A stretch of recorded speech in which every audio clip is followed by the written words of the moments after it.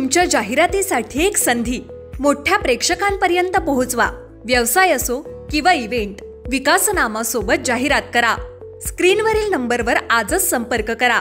विकासनामा, तुमचा आवाज, तुमची जाहिरात। तसंच विकासनामाला सबस्क्राइब करा आणि अपडेटेड रहा। नमस्कार, मी विकास मिरगे। विकासनामा डिजिटल प्लॅटफॉर्म मध्ये आपलं सर्वांचं स्वागत आहे। निपक्ष निर्भीड म्हणून मी पत्रकारिता करतो। अनेक लोकांचे फोन येत आहेत, अनेक लोकांच्या कमेंट्स येत आहेत।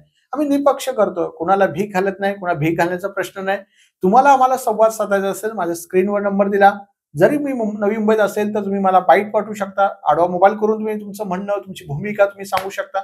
अशाच प्रकारे कर्जत मतदारसंघामध्ये कुठल्याही राजकीय नेत्यांनी सांगितले म्हणून आम्ही बातमी करतो का? अजिबात नाही। कुणाचं राजकीय नुकसान हो, आम्ही असं कधीच पत्रकारिता करत नाही किंवा आम्हाला करण्याची गरज नाही।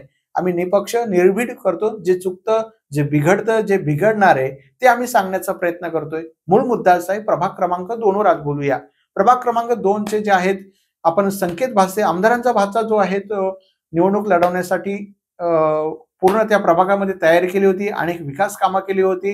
त्यामुळे या प्रभागातून मी कायमस्वरूपीच निवडणूक लढवणार याच भूमिकेमध्ये संकेत भासे होते। काही झालं तर मी तिकीट घेणार असे अखेर त्यांच्या नावावर सिग्नल जो आहे शिवसेना भाजपने दिसून आलेला आहे। मूळ मुद्दा असा आहे की त्या भागामध्ये भाजपचे म्हणजे राष्ट्रवादीतून भाजपात आलेले माजी नगराध्यक्ष शरद लाड यांना अखेर माघार घ्यावे लागले। त्यामुळे संकेत भासे आणि शरद भाऊ आपल्याला सुरेश लाडांच्या कार्यालयाचे जेव्हा पत्रकार परिषद निमित्त दोघे एकत्र भेटले आणि गळाभेट दोघांनी घेतलेले, म्हणजे एकेकाळी दोघं दुश्मन होते, आता दोघं शिवसेना भाजप युती झाल्यामुळे दोघांना गळाभेट भेटलं।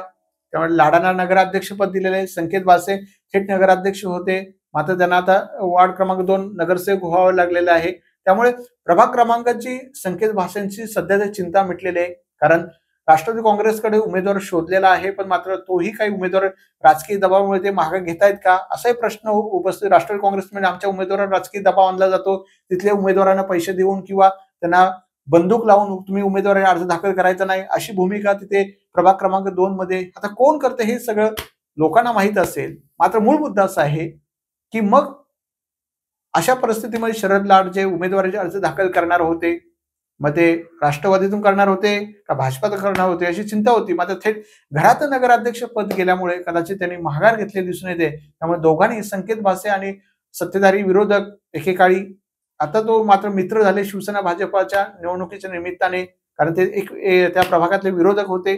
आता दोघांनी गळाभेट भेटलेले, चर्चा केलेली दिसून येत आहे।